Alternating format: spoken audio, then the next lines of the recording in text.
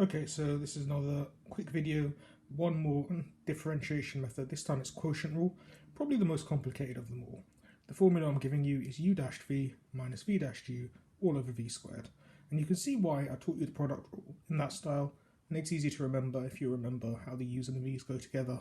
It also will help you when you do integration by parts, which is a video that's coming in a little while.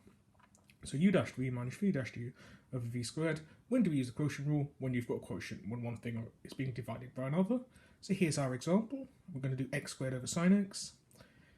We will call the top part u, the bottom part v. That's how that works.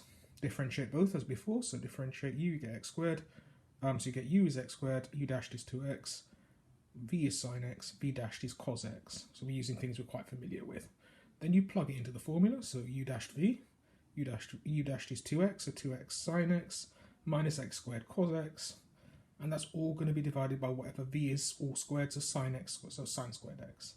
Pretty simple method, right? Again, it can be used with regard to, probably not with regard to, it can also be used with chain rule. If the thing you're differentiating, u of v actually needs it, that's fine, you can use that.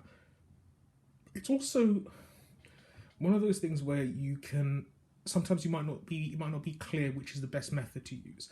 As in, like, you could have done this as x squared and then have 1 over sine x. So it could have been x squared times cosec x. And if you know how to differentiate cosec x as one of the things, you might say, oh, I just want to do that instead.